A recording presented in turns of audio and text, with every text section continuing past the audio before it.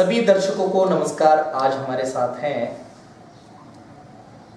Kalaburagi district के Bharatiya Janata party के district secretary, Bharatiya Janata party के डिस्ट्रिक्ट सेक्रेटरी, और मैडम ने अखिल भारतीय मारवाड़ी महिला सम्मेलन के पूर्व सचिव भी रह चुके हैं और अखिल भारतीय महिला मारवाड़ी संघ के कर्नाटक के 2 टाइम अध्यक्ष भी रह चुके हैं। और ये जो उन्होंने गीता परिवार, जो छोटे बच्चों को एक संस्कार लाने की कोशिश, उन्होंने गीता परिवार करके एक संस्था का संस्थापक और अध्यक्ष भी बने हैं। उसके साथ साथ गर्भ संस्था, एक कोचिंग क्लास के स्वयं टीचर भी हैं।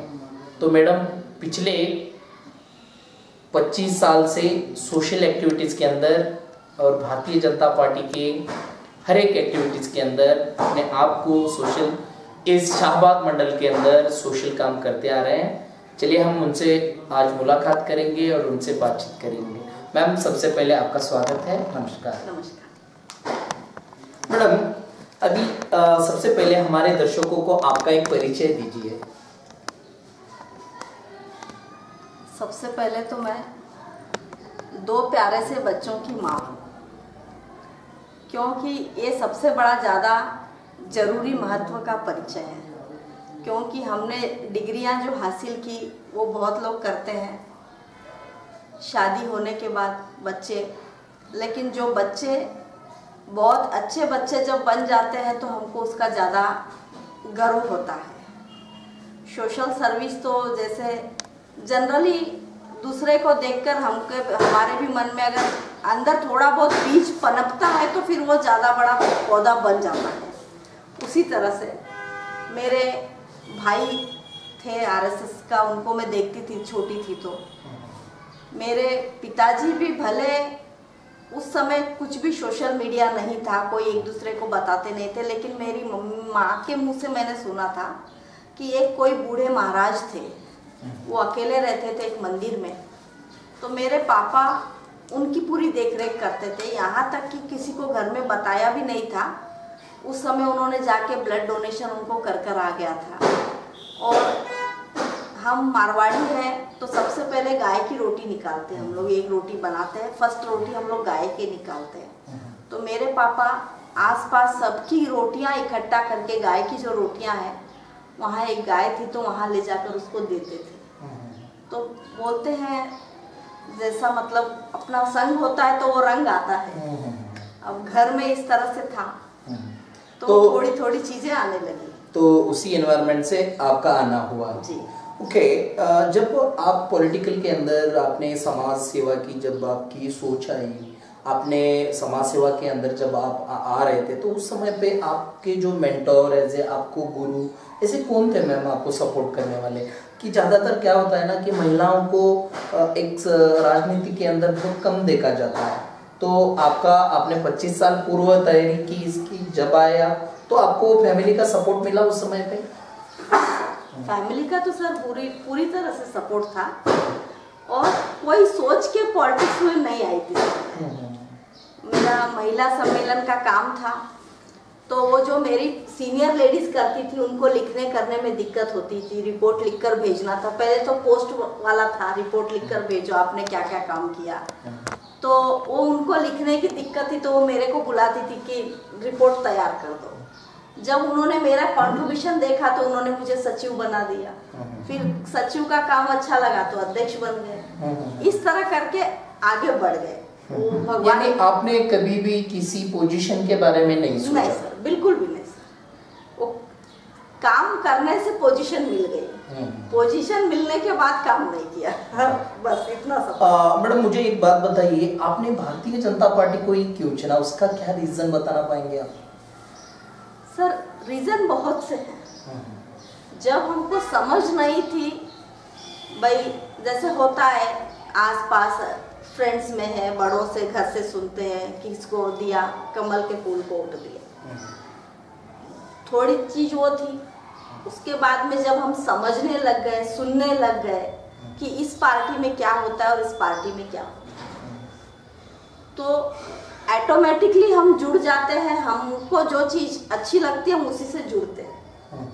मेरे पास ऑफर आया था कांग्रेस का, बाई इलेक्शन था हमारे यहाँ, जो सीट पर थी वो मर गई थी, तो मेरे को कांग्रेस वालों ने बोला कि भाई अब वो उसकी डेथ हो गई तो बाई इलेक्शन करना है, आप हमारी पार्टी में आ जाइए, हम आपको टिकट देते हैं। उस समय तो मुझे बिल्कुल समझ भी नहीं थी, ना मैं उसमें थी, उस चीज में थी कि पॉलिटिक्स होती क्या है। तो मैंने हमारे मकान मालिक जो है मेरे, मैंने उनसे सजेशन लिया कि मैं उनको क्या जवाब दूं। मैं तो हम जब हमको आलू की सब्जी पसंद नहीं है तो हम आलू की सब्जी कैसे खाएंगे? सिंपल सी बात है ना। हम कांग्रेस पार्टी के, हमारी विचारधारा उनके नहीं मिलती है तो हम उसमें जा ही नहीं सकते, चाहे कुछ भी हो जाए हम नहीं जा सकते। तो फिर हमारे मकान मालिक ने बोला कि भाई आपको जो समझ में आता है उनको उत्तर दे दो। फिर उन्होंने एक दिन मीटिंग में बुलवा कर मुझे सीधे महिला मोर्चा का अध्यक्ष बना दिया। इस तरह से मैं पार्टी में आई। ओके, बहुत अच्छा। मैडम, अभी जो 1980 की जो पॉलिटिक्स है वो पॉलिटिक्स अब नहीं रही। जब एक विचारधारा की पॉलिटिक्स थी और पॉलिटिक्स के अंदर इतना पैसों का मायने उस समय नहीं था। नहीं, बिल्कुल। आज यानी ऐसा हो गया कि पॉलिटिक्स माना आप इन्वेस्ट करो और निकालो, इस लेवल पे पॉलिटिक्स आ गई। तो एक तो पॉलिटिक्स लीडर्स के अंदर अपनी ये भी नहीं है कि मैं किस पार्टी में काम कर रहा हूँ, जिनको कहाँ पे मौका मिल रहा है उस तरफ लोग फॉरवर्ड हो रहे हैं। तो कहीं ना कहीं आज बहुत सारा चेंजेस पॉलिटिक्स में, आप जब शुरुआत किए थे उसकी तब की पॉलिटिक्स और आज की पॉलिटिक्स, कुछ चेंजेस दिखाई देता है आप? हाँ सर, दिखाई तो देता है, बहुत सी चीजें दिखाई देती है।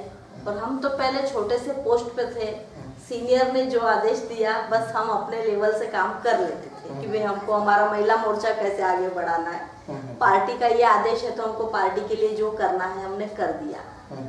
लेकिन अब ये विश्व की सबसे बड़ी पार्टी बन गई है और कहीं ना कहीं सर है, पैसा अपनी जगह मायने रखता है, लेकिन फिर भी हमारी जो भारतीय जनता पार्टी है इसमें ऐसे कई उदाहरण हमने देखे हैं। आज हमारे जैसे लोग अगर टिके हुए हैं भारतीय जनता पार्टी में, उन उदाहरण को देखकर टिके हुए हैं कि कोई ग्राउंड लेवल का कर रहा है। आज मैं भजन लाल जी शर्मा का उदाहरण देखती हूँ, लास्ट की बेंच पर वो बैठे थे जब उनको मुख्यमंत्री का बुलाया, अनाउंस किया गया। और भी ऐसे कई हैं, तो उनके जैसे हम उदाहरण देखते तो ऐसा लगता है कि हो सकता है कभी हमारा भी ऐसा सितारा चमकेगा। और इन केस अगर नहीं भी चमका तो भी अगर हम एक अच्छी पार्टी के लिए काम कर रहे हैं, हमारे मन को ये सबसे बड़ा संतोष है।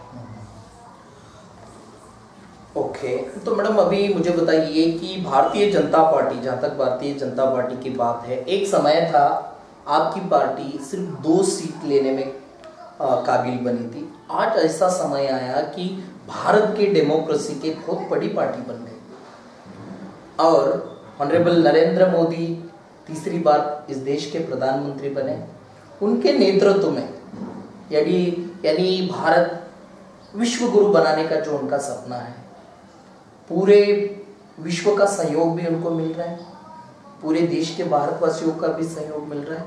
तो इतनी बड़ी पार्टी, इतने बड़े नेतृत्व, माननीय नरेंद्र मोदी जी के नेतृत्व में ये पार्टी में, आप एक अपने आप को लकी समझते हो? बहुत ज़्यादा, बहुत मतलब बहुत ज़्यादा। क्योंकि जब हमको एक छोटा सा कार्यकर्ता होने के बावजूद भी हमारे कामों को देखकर हमको जब मोदी जी से मिलने का मौका मिला है तो ये सबसे बड़ी चीज़ होती है। और जब हम मोदी जी से मिल के, जब मेरा ग्रुप था, हम 15 लोग गए थे इकट्ठे मिलने के लिए, क्या अनुभव रहा? हाँ, ऑनरेबल प्रधानमंत्री से आप मिले, तब क्या बातचीत हुई? वही बताने जा रही सर। जैसे ही हम लोग मिलने गए तो सर 15-20 मिनट पहले से ही हम लोगों का मतलब वो खुशी का ठिकाना नहीं था। कोई सोच रहा था मैं ये बोलूंगा, कोई सोच रहा मैं ऐसे पूछूंगा, कोई कह रहे हम ये बात बोलेंगे। सबके मन में अलग अलग बातें चल रही थी। और जैसे ही मोदी जी हेलीपैड से उतरे, हम देख रहे हैं सबकी जबान बोलती बंद। और मैं ये बात 100% सच बता दूं सर, ऐसा नहीं कि कैमरा है इसीलिए ऐसा नहीं है।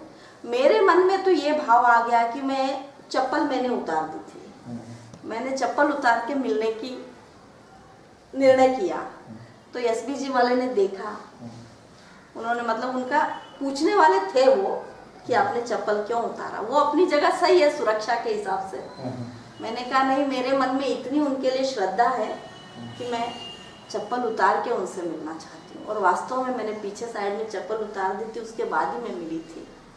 और सर, मैं भारतीय जनता पार्टी की एक पोस्ट पर हूँ इसलिए नहीं बोल रही हूँ। अगर मैं किसी और भी तरीके से अगर मोदी जी से मिलती तो मैं यही बात बोलती। जो उनका मिलने का, लोगों से कांटेक्ट करने का तरीका है, अद्भुत है। क्योंकि देखिए, एक बड़ी पोस्ट पर पहुंचने के बाद कई लोगों को हमने देखा है, सामने से गुजरते हैं, हम उनको नमस्ते करते हैं, वो हमारी ओर ध्यान भी नहीं देते, हाँ हाँ करके आगे बढ़ जाते हैं। लेकिन हम जितने भी लोग खड़े थे, बाकायदे मोदी जी हमारे सामने एक एक वो रुकते गए कि आप जो भी बोलना चाहते हैं बोलिए। वो इतनी सुनने की पेशेंस से हमारे सामने खड़े थे कि जिसने भी जो भी बोलना चाहा, सभी ने बहुत खुल के बात की उनसे। और ख़ास तौर से मैंने तो सर ये बोला कि वो रामानुजाचार्य की जो हैदराबाद में मूर्ति बनी है, हम वैष्णव धर्म से हमारा वो अनुयायी है, तो मैंने कहा सर उसके लिए मैं हमारे पूरे वैष्णव समाज की ओर से आपको धन्यवाद देना चाहती हूँ। मुस्कुराने लगे मोदी जी, बहुत अच्छा लगा सर। मैंने अपने बारे में उनको बताया, बहुत खुश हुए, बोला बहुत अच्छी जिम्मेदारियां निभा रहे हैं, आगे बढ़ते। यानी आपका वो आपके पॉलिटिकल करियर का बहुत ही अच्छा अक्षर, बहुत अच्छा। मैं जब हम लोग मिल के निकले बाहर, तो मैंने हमारे सब जो ग्रुप था मेरा, मैंने यही बोला सर, इतने साल से जो हमने पार्टी में काम किया उसका वसूल हो गया, हमारी मेहनत सफल हो गई। ओके। और एक अखिल भारतीय मारवाड़ी महिला सम्मेलन के आप पूर्व के सचिव भी रह चुके हैं, कर्नाटक के 2 बार अध्यक्ष भी रह चुके हैं, तो वहाँ पे अपने समाज के लिए मतलब क्या इम्पोर्टेंस काम किए, क्या बदलाव आया? आप जब अध्यक्ष थे तो आप काम कर रहे थे, तो क्या बदलाव हुआ? जी सर, इसमें बहुत से बदलाव आए हैं। मैं अपनी जगह का उदाहरण देती हूँ, क्योंकि ये जो हमारी संस्था है पूरे नेशनल लेवल और उसके साथ साथ इंटरनेशनल में भी हमारी बहनों ने इसकी ब्रांचेस खोली है। ऐसा है यहाँ की नहीं कि इतना ही, जो जहाँ मारवाड़ी बाहर है वहाँ पर भी ब्रांच हम लोग की खुल गई है, इंटरनेशनल में भी खुली है। तो मेरे यहाँ शाहबाद में अध्यक्ष बनने के बाद से ये एक बदलाव आया कि जो बहनें बाहर नहीं निकलती थी, हमारे मारवाड़ी में घूंघटा पद्धति है। आज से 10 साल पहले तो सभी जो बहुएं हैं, खास तौर से शाहबाद की जो बहुएं हैं, वो घूंघट निकाल के बाहर निकलती थी। जब सर हमारी संस्था हम लोगों ने ओपन की, उसमें हम लोगों ने काम करना शुरू किया, तो बहुत से बदलाव आए। बहनें बाहर नहीं जाती थी अकेले, अब हम सब बाहर निकलते हैं और इतनी ज्यादा हम लोग सोशल एक्टिविटीज करते हैं सर। तो आज हमारे खुद के समाज के जेंट्स लोग बोलते हैं कि हम जेंट्स से ज्यादा तो तुम लोग एक्टिव हो और तुम लोग कुछ ना कुछ करती ही रहती हो, हर महीने हमारा कुछ ना कुछ। सर हम सोशल काम भी करते हैं और जो जागरूकता लाने वाले काम है वो सबसे ज्यादा हम लोग करते हैं सर। जैसे ब्लड डोनेशन है, पौधा लगाओ है, ऐसे बहुत से काम है सर। कोई गरीब की लड़की की पढ़ाई है, उसमें जो जो बन पाता है हम लोग सहयोग करते हैं उसमें। मैडम यहाँ पे एक चीज की मैं थोड़ा सा एक चीज के बारे में आपको पूछना चाहूँगा। आप एक महिला होके महिलाओं के बारे में आपने एक चिंतन किया, आपने महिलाओं के बारे में सोचा, खासकर एक जो गर्भ संस्कार करके आपने एक कोचिंग इंस्टीट्यूट आपने शुरू किया, इंस्टीट्यूट कहे, संस्था कहे, जो चाहे कहे, आपने किया, वहाँ पे एज ए टीचर करके आप काम कर रहे हो। तो मुझे बताइए इसका उद्देश्य क्या है, क्या परिवर्तन महिलाओं में लाना था आपको, इसकी वजह से आप इस संस्था को आपने शुरू किया? सर ये संस्थाएं कई जगह पर है। मुझे पता चला कि गर्भ संस्कार से हम जैसा चाहे वैसा हम बच्चे को जन्म दे सकते हैं। इससे बड़ी और क्या चीज़ हो सकती है।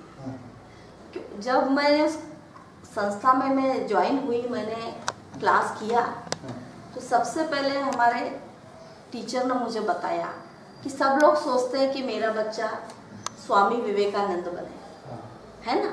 जनरली कोई भी प्रेग्नेंट लेडी होगी, उसको पूछेंगे तुम क्या चाहती हो, पहले तो भाई जो नहीं सोचेगा समझेगा लड़का लड़की ये बोल देंगे, भाई नहीं कैसा चाहिए, किसके जैसा बच्चा बनना चाहिए, तो बोलेंगे स्वामी विवेकानंद चाहिए, छत्रपति राजा महाराणा शिवाजी महाराज जैसा चाहिए बोलते हैं। लेकिन सर पहले हमको जीजाबाई बनना बहुत जरूरी है। मेरे रोंगटे खड़े हो रहे हैं। जब हम जीजाबाई बनेंगे ना, तो बराबर हम महाराणा छत्रपति शिवाजी को जन्म दे सकते हैं, उसके अंदर हम बीज बो सकते हैं। मैंने एक बच्चे को देखा था सर, उस बच्चे के आंखों को देखने से पता चलता है कि ये कुछ अलग है, जबकि वो बच्चा बोलता नहीं था, वो छोटी सी बिटिया है। तो मैंने उसकी मम्मी से पूछा कि तुम्हारी बिटिया परेशान नहीं करती है? बहुत थोड़ी सी देर में समझ में आता था सर बच्चा कैसा है करके। तो उसने बताया कि दीदी मैंने एक गर्भ संस्कार का कोर्स किया है, इस वजह से मेरी बच्ची मुझे इतना कोऑपरेट करती है। ये सबसे बड़ी चीज़ है सर, छोटे बचपन में बच्चे हमको कोऑपरेट करें तो हम, वरना क्या होता है जब बच्चे हमको बहुत ज़्यादा परेशान करते हैं, लिटरली बता दूँ सर, कभी कभी हम इतना ज़्यादा चिढ़ जाते हैं, ऐसा लगता है यार बच्चा नहीं हुआ होता तो अच्छा था, है कि नहीं? हकीकत बात बता है। मैंने कहा ये तो बहुत बड़ी चीज़ है ना। फिर तब तक तो सर मेरे दोनों बच्चे बड़े हो चुके थे, मेरे तो प्रेग्नेंट होने का कोई चांस नहीं था, मैंने ऑपरेशन करवा लिया था। लेकिन फिर भी मेरे मन में आया कि क्यों ना हम इस गर्भ संस्कार कोर्स को मैं करूं, एटलीस्ट मैं आने वाली जो मेरे घर में पीढ़ी है, मेरी बहू है, मैं उसको करवा सकती हूँ। मेरा उस समय यही उद्देश्य था। जब मैंने वो कोर्स किया तो मेरे को फिर वहाँ से सर ने प्रेरणा दी कि आप सीख के आप दूसरों को सिखाइए, अपने तक सीमित इसको मत रखिए। तो उस माध्यम से भी आप गर्भ जो महिलाएं हैं उनको अच्छी तरह से सेवा कर रही है और उनको भी आप समझाने की कोशिश कर रहे हैं। बहुत बहुत शुक्रिया मैडम हमारे साथ जुड़े रहने के लिए, और आपकी पॉलिटिक्स सारी चीज़ें इन डेप्थ में हमारे साथ शेयर करने के लिए आपको बहुत बहुत थैंक यू सो मच। धन्यवाद। तो अभी तक आपने देखा Jyoti Sharma ma'am Vaishnavi, Bharatiya Janata party Karnataka Kalaburagi district के डिस्ट्रिक्ट सेक्रेटरी, इनके साथ बातचीत। इनके बारे में और जानकारी के लिए आज ही लॉगिन करें www.politiciansinIndia.com। जय हिंद, जय कर्नाटक।